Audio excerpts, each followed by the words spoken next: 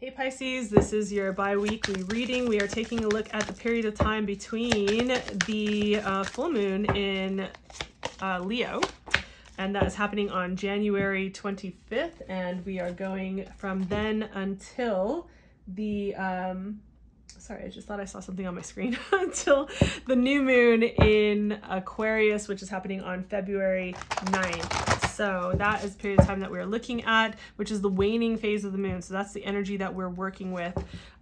Certainly, if you are joining me for the first time, I feel like I should explain a little bit about how I do these readings really briefly, so that you understand. Also, hi, thanks for joining. So this is, oh, that's nice. I like that. That's nice of Pisces.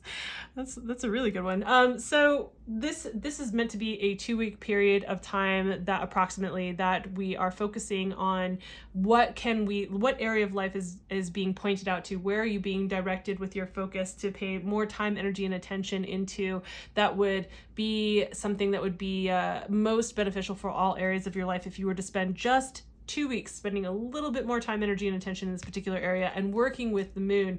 Now, when we're working with the moon phase, we're trying to work with the energy instead of against it. And so in this releasing period, which is what the waning period is about, it's about clearing and cleaning house, releasing, letting go. That doesn't necessarily mean cutting things out, but it can.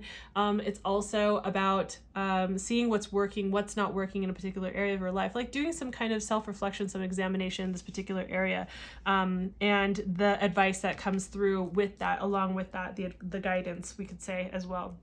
So for you, Pisces, we are looking at the 6th house. And, you know, the 6th house is definitely a house that has to do with our health. It has to do with I would say our habits that are related to the maintenance of our physical, mental, emotional selves, but also like our environment. So for instance, like, you know, the health practices or the practices in the morning, like you get up, you wash your face, you brush your teeth, you maybe make a green juice and you do some yoga and then you get ready for your day or something like that, right? Like those are habits that you do that are, you know, that benefit your overall like health and the maintenance of your body or your mind or, you know, whatever it is, right? And then also like, you know, you don't let the dishes pile up sky high in your sink, right? Like you don't never clean anything. Like there are pieces of the mundane world that like we can't just leave to never do. We need to do them or you know, chaos reigns. So so that's what we're talking about, is like those types of habits, but also our health, like very much about our physical health. And this can also involve like our work, meaning not our career and purpose, but more so like the people that we work with. So if you have people that work under your umbrella, like maybe you have a team or you have employees or you have just coworkers, right? Like any of those. And for some of you that could involve also pets. So, you know, I know that seems random, like, but yes, it can have to do with pets.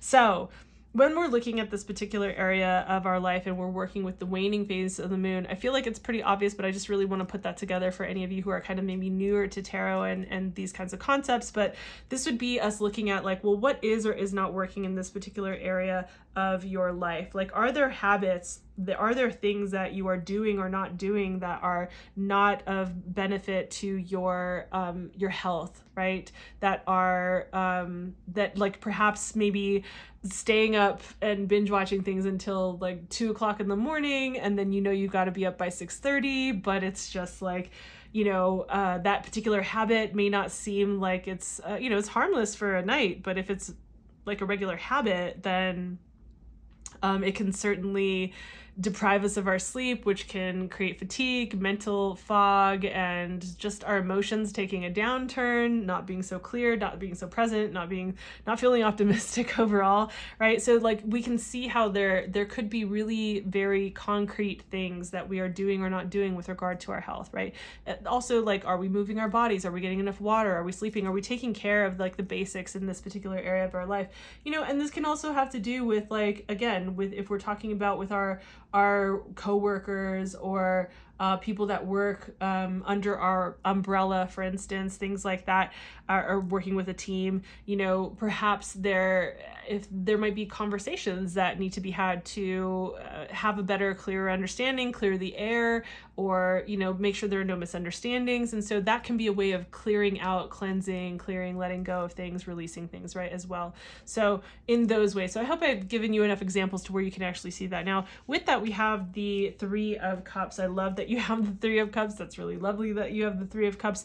You know, and this is like very much what you see here, right? This is feeling that celebratory connection, and community, and you know, dance and for life, joy for life with others, right? Celebrating that with others. So, you know, very much I feel like on a personal level, outside of like the work scenario kind of thing, the example that I was giving, you know, for our physical health, this is, I think, essential. You know, even if you're an introvert, however, whatever that might look like, whatever this picture might look like, taking time to connect with our beloved friends, the ones who make us laugh, the ones who get us, you know, like where we feel like really accepted and known and seen and understood.